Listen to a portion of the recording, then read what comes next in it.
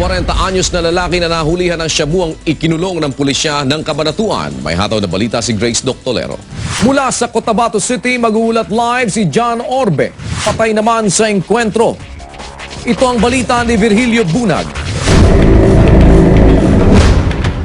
Ang Angat Dam na pangunahing pinagkukunan ng supply ng tubig sa Metro Manila at Karatig Probinsya. Sa program ng AFP ay makakalasat din sila ng mga makabago at high-tech na mga kagamitan.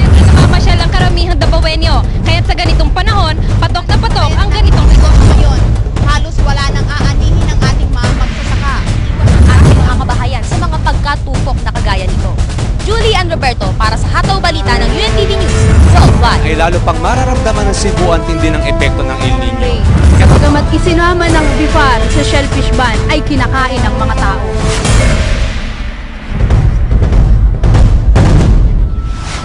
Alam nyo, ito pong mga kasama natin, mga reporters, isang bagay na maipagmamalaki po natin. Awa ng Panginoon, kahit yung mga governors na kino-cover nila, sabi nila, alam nyo, bilib kami sa mga tao nyo, sa mga reporters nyo. Nagko-cover sila, hindi sila nangihingi ng pera, kahit na panggasolina.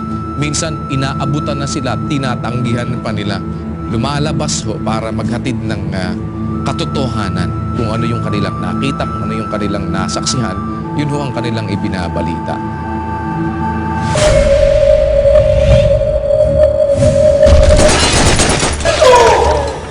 Ang pagpatay sa mga mamamahayag ay pagpatay na rin sa malayang pamamahayag sa ating bansa. Victor Nunez para sa Hataw Balita ng UNTV News Worldwide. Mahigit 4 na buwan na nang maganap ang pinakakarumaldumal na pagpaslang sa mga kapatid natin sa media sa Maguindanao. Subalit hanggang ngayon ay wala pa ring linaw kung mabibigyang hustisya ang kanilang mga sinapit.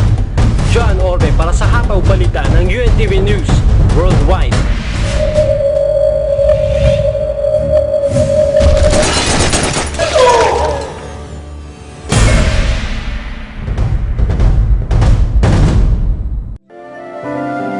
Hindi ho ang kamatayan ng isang tao ang dapat magpatigil sa atin sa pagtatanggol sa katotohanan, kundi siguro ito ang lalong dapat na magpatibay sa ating mga puso na meron tayo pong papapilin.